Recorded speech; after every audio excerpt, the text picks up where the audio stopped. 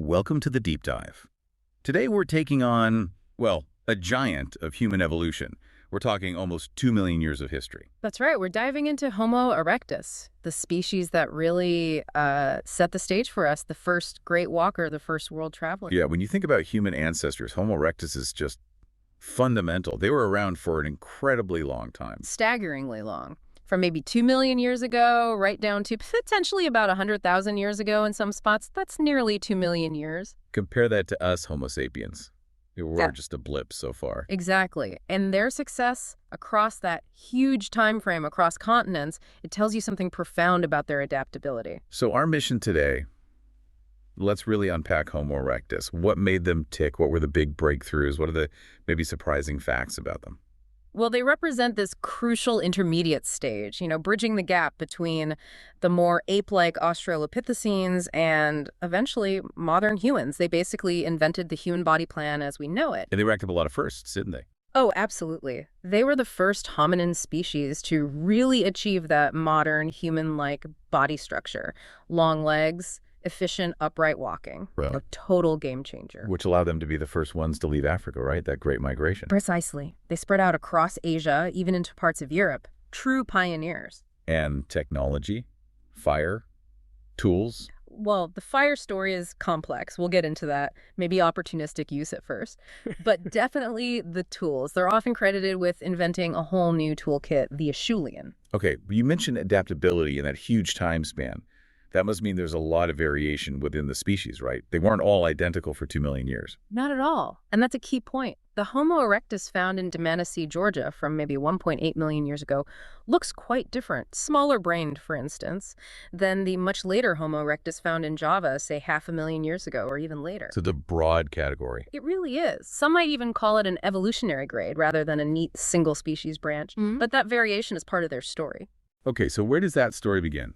The discovery, I mean. Right. We have to go back to the late 19th century.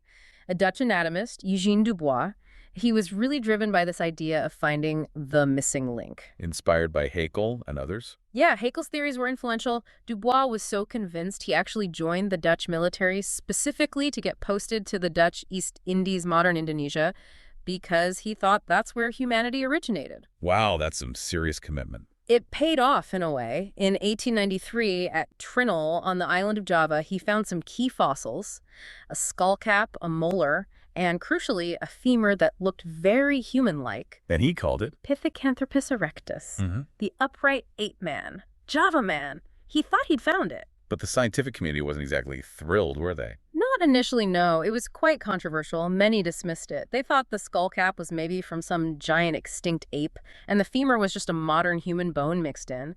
The idea of a creature with an ape-like head and a human-like body, it didn't fit their preconceptions. And this was tied up with the whole out of Asia versus out of Africa debate too, wasn't it? Absolutely. Dubois' find actually seemed to support the out-of-Asia idea, which was popular then.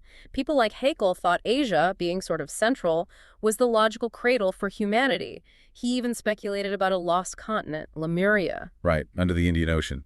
Seems fanciful now. Well, yeah, but the idea persisted. And then came Peking Man. Found in China, Sinanthropus pekinensis. Exactly. Discovered in the 1920s and 30s, researchers like Weidenreich looked at Peking Man and Java Man and saw strong similarities. This really boosted the Asian origin theory. And led to that other idea, polycentrism. Or multi-regional evolution, yeah. The concept was that Homo erectus populations in different parts of the world, like China, Indonesia, maybe Europe, evolved in place directly into the modern human populations of those regions. So Peking Man was seen as the ancestor of modern Chinese people, for example. Sort of parallel evolution everywhere. That was the idea, emphasizing local continuity. But the tide started to turn. Back towards Africa. Yes. More and more fossils were being found in Africa, especially by the Leakeys. And then in 1960, a really important find, Olduvai hominin 9 in Tanzania. What was significant about that one? It was about 1.2 million years old, clearly showed those classic Homo erectus features, thick skull, big brow ridge, but it was smack bang in Africa. This, along with other finds, really cemented the out-of-Africa model. The idea that Horno, our genus, originated in Africa and then spread out, and that modern humans have a single, relatively recent African origin. Correct, monogenism. And this shift meant scientists had to do some serious taxonomic house cleaning. Because there were just tons of different names floating around. Pithecanthropus, Sinanthropus. Dozens. It was a mess. So in the 1950s, the influential biologist Ernst Mayr proposed a radical solution: lump them all together. Into Homo erectus. Yes, he argued they were all just regional variations of a single, widespread, long-lasting species, a chronospecies evolving over time. That makes sense, Yeah. simplifying things. It did, and that view has largely held, though with nuances. Today, we often use subspecies names kind of informally, like H. erectus ergaster for the earlier African forms, H. erectus erectus for the classic Java finds, H. erectus pekinensis for the Chinese ones. But they're seen more like regional flavors, not separate species. Generally, yes. Like Klein's populations with local traits but still connected, still able to interbreed across their range. Think of them as part of one big variable network. But it's not totally settled, is it? You still hear debates about whether ergaster should be its own species, for example? Oh, absolutely. Some researchers prefer to split rather than lump. They might elevate ergaster to represent that initial African population that perhaps gave rise to later humans. And then there are the really late ones, like Homo soloensis from Java, sometimes given species status too. It gets complicated. Especially in that middle period. Right. The muddle in the middle, you called it. Right, the middle Pleistocene, say roughly 780,000 down to 125,000 years ago. You've still got populations we call erectus, but you're also seeing forms emerging that look transitional. Transitional towards what? Towards later humans like Neanderthals and us, species like Homo heidelbergensis. The problem is the features overlap. Bigger brains than typical erectus, but still with some classic erectus traits like the brow ridge. Where do you draw the line? So it's less like distinct boxes and more like a continuous spectrum. Exactly. It highlights the challenge of putting species labels on a constantly evolving lineage spread across time and space. It's a messy, fascinating process. Okay, let's dive into that biology then. Yeah. What physically made Homo erectus? Well, Homo erectus, let's start with the head. Okay, the skull. It's iconic. Low, long, and really thick bone. Very robust. And the most obvious feature, that massive bar of bone across the brow. Supraorbital torus, the brow ridge. Yeah, it's like a built-in visor. Really prominent, continuous across the forehead. Plus, their jaws still stuck out a bit prognathism, but less so than earlier hominins. And the teeth. Smaller. It's significantly smaller than, say, Homo habilis, which tells you something important. Tools. They weren't relying on sheer bite force as much. That's the strong implication. Better tools, maybe fire later on for cooking, meant less need for huge teeth to process tough foods. The technology was changing their biology. You mentioned the thick bones earlier, especially the skull bones. Sometimes mistaken for turtle shells. Yeah. Why so thick? It's genuinely bizarre and still debated. This thickening, or pachyostosis, is especially pronounced in some Asian fossils. The bones are just incredibly dense, sometimes almost closing off the marrow cavity. Any solid theories? A few. One idea is pathology, maybe some kind of metabolic issue like chronic hypothyroidism or a nutrient deficiency causing bone overgrowth, but that feels a bit unsatisfying for a whole species trait. Right, so adaptive reasons. More likely, perhaps it was structural reinforcement. Maybe they used their jaws and front teeth really forcefully, like a vise, for gripping or processing materials. That could create huge stresses on the skull. So the skull bulked up to handle the strain. Possibly. Or another idea links it to a rough lifestyle. Maybe it offered protection against impacts, either from accidents or interpersonal violence. High injury rates are sometimes inferred. It suggests a very physically demanding, maybe dangerous life. Okay, what about other facial features?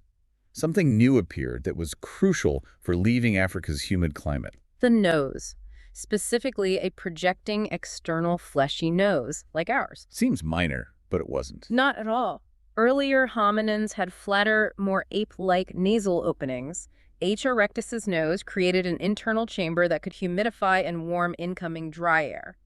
And just as importantly, it helped recapture moisture from exhaled air. Ah, so vital for conserving water in drier environments outside the tropics, like on the plains of Asia or in temperate Europe. Absolutely, a key piece of equipment for becoming a global species. All right, let's talk brain size. You mentioned huge variation, from tiny to almost modern. Yeah, It's quite the range. The early Dmanisi fossils from Georgia had brain sizes around 546 to maybe 730 cubic centimeters, cc. That's not much bigger than Homo habilis. Wow. So you didn't necessarily need a giant brain to make that first leap out of Africa. Apparently not. Mobility and maybe social factors were enough initially, but then you look later, and elsewhere. Like Peking Man. Peking Man averaged around 1,000 cc, and the really late Indonesian specimens, Homo erectus soloensis, pushed up towards 1,100 cc, even 1,250 cc in one case. That's well within the modern human range, isn't it? Our average is around 1,350 cc. Exactly. It shows significant brain expansion occurring within the H. erectus lineage, especially in Asia. Why? Maybe complex hunting, maybe adapting to fluctuating climates, maybe social competition. We don't know for sure, but it raises questions about cognitive differences across that vast erectus time span.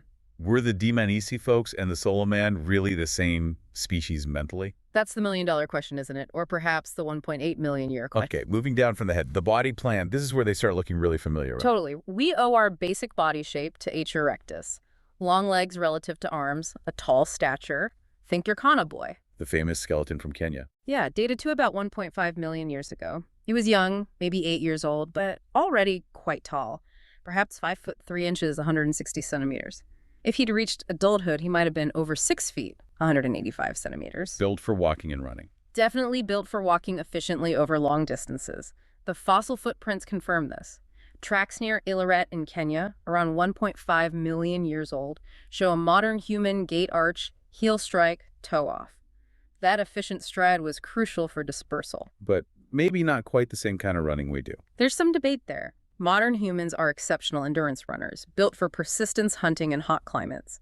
H. erectus, with maybe a wider, more barrel-shaped chest and slightly different limb proportions, might have been geared more towards, say, power running or burst of speed, maybe better suited for ambush hunting or confronting large animals. Still effective, just a different emphasis. Okay, this is fascinating. But one of the biggest biological differences relates to how they grew up, right? The missing childhood. Yes, this is profoundly different from us. We have this incredibly long, slow childhood altriciality where our brains develop, we learn language, culture, complex skills. H. erectus didn't seem to have that extended period. They grew up faster, more like apes. The evidence points that way. Studies of tooth eruption patterns, bone fusion, it all suggests a faster developmental trajectory. They reached physical maturity much quicker than we do. What does that imply for things like brain development at birth? Well, fossil evidence like the gona pelvis suggests H. erectus females gave birth to infants with relatively larger brains compared to adult size than we do, maybe 30–50% of adult size at birth versus our 28%. Still smaller than chimps, but bigger than us. So more brain growth happened in the womb, less after birth. And the growth after birth was faster. That infant skull from Mojokerto in Java, maybe 1.5 million years old, was already 72–84% of adult brain size. It implies they hit developmental milestones much earlier. And the consequence of that fast track? Less time for learning, less time for complex language acquisition, less time for the deep social bonding and cultural transmission that our long childhood allows. It likely also means a shorter overall lifespan. They were built for rapid maturation and reproduction, prioritizing physical readiness perhaps over extended cognitive development. A very different life rhythm. Yeah. Fast and probably quite tough. Definitely. And that efficient, fast-maturing body fueled the Great Migration out of Africa. It happened surprisingly quickly, didn't it? Almost immediately after they appear in the African fossil record, around 2 million years ago. By 1.85, maybe 1.78 million years ago, boom, they're in Dmanisi, Georgia, way up in the Caucasus. And nearly simultaneously in Indonesia. The dates from Java are also incredibly early, maybe 1.6 to 1.8 million years ago. They didn't wait around. Once they had the physical tools, that body plan, they just went. What pushed them? Just wanderlust. Probably a mix of things. The efficient body helped, obviously. But environmental changes were likely huge. The Pleistocene ice ages were starting, causing climates to fluctuate. Savannas and open woodlands expanded across Africa and into Asia. Creating corridors for movement. Exactly. And these expanding grasslands supported large herds of herbivores, their main food source. So they were likely following the food, expanding into new territories as the environment allowed.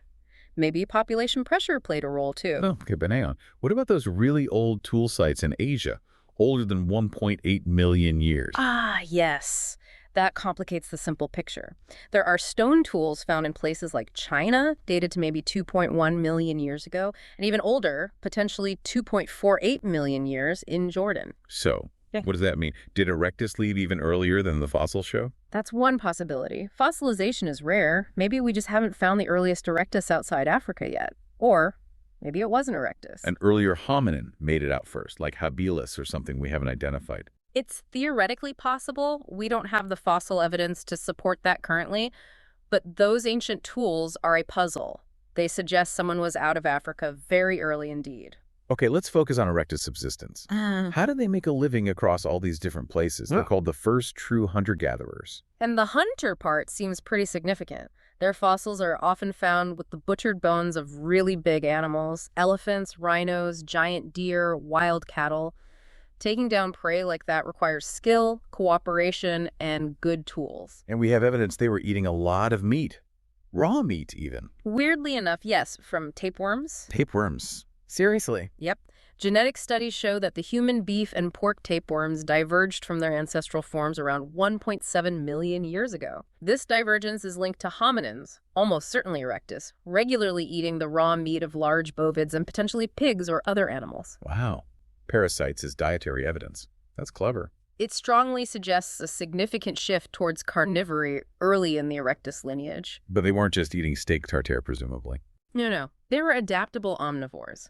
Evidence from sites like Trinul in Java and Turkana in Kenya shows they exploited aquatic resources, fish, turtles, shellfish, and they definitely gathered plants. Tubers, roots, those underground storage organs would have been vital, especially in drier areas. Makes sense. What about their social structure? Did men hunt and women gather? That classic idea. There's some intriguing, though, indirect evidence. Remember those footprints from Ileret, Kenya? The one showing the modern gate. Well, one particular trackway seems to show a group of maybe 20 or so individuals walking together. Analysis suggests they were nearly all males. An all-male group, like a hunting party. That's one interpretation. Or maybe a foraging group, or even something like a border patrol, similar to what you see in chimpanzees. It hints at specialized task groups, which could reflect a sexual division of labor, a hallmark of human hunter-gatherer societies.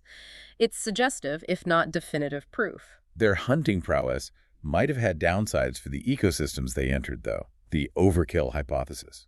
Yes, there's a correlation. When H. erectus arrives in a new region, you sometimes see a decline in large animal populations, or even extinctions. The giant tortoise megaloceles in Southeast Asia, for instance. It was huge, slow-moving, probably easy prey. Its disappearance seems linked to Erectus's arrival. So they were already impacting their environment in significant ways. Potentially, yes. The first hominin species capable of altering ecosystems on a large scale through hunting pressure. Let's switch to their technology. The Acheulean toolkit. This is a big step up, isn't it? Huge. It appears around 1.76 million years ago in Africa, maybe even earlier. The defining tool is the hand axe. That classic teardrop-shaped two-sided tool. Exactly. It's bifacially worked, flaked carefully on both sides to create a symmetrical shape with sharp edges. This wasn't just bashing rocks together like the earlier Oldowan tools. This required planning, skill, and a mental template of the desired outcome. What was it used for? It looks kind of unwieldy. It was probably a multi-tool. Great for heavy-duty butchery, slicing hide, dismembering carcasses, smashing bones for marrow. Also good for woodworking, shaping spears, or digging sticks. And the flakes struck off while making it were useful sharp-cutting tools, too. A Stone Age Swiss Army knife. Kinda, yeah. But here's the weird thing. This incredibly useful tool didn't spread everywhere H. erectus went. Ah, the Movius line. Exactly. Named after Hallam Movius. It's this rough boundary running through northern India. West of the line, Africa, the Middle East, Europe, you find Acheulean hand axes everywhere H. erectus was. East of the line, East and Southeast Asia, they're largely absent. They stuck with simpler tools, choppers and flakes. Pretty much, sometimes called the chopping tool tradition. It's a massive technological divide that lasted for over 1 million years within the same species. Why? That's the big question. Did they just not figure it out in the East? Unlikely they weren't capable of it. Several theories exist. Maybe the right kind of stone wasn't easily available in the East. Flint nodules, for example, are better for making large bifaces. Or maybe they didn't need it. That's another strong possibility. Perhaps the resources in the East, like abundant bamboo, which could be used for sharp tools, meant they didn't face the same pressures to develop heavy-duty stone hand axes. Their simpler toolkit worked just fine for their needs. Or maybe cultural inertia. The first groups out of Africa left before the hand axe was invented. That's a key point. H.E. Georgicus and Dmanisi used Oldowan-style tools. If the first waves into Asia only had that older technology and it proved sufficient, maybe they just never adopted the later Acheulean innovations that developed back in Africa and spread west. Culture can be very conservative. Fascinating. A million-year technological gap. Okay, let's tackle the big one. Fire. Did Homo erectus sit around the campfire telling stories?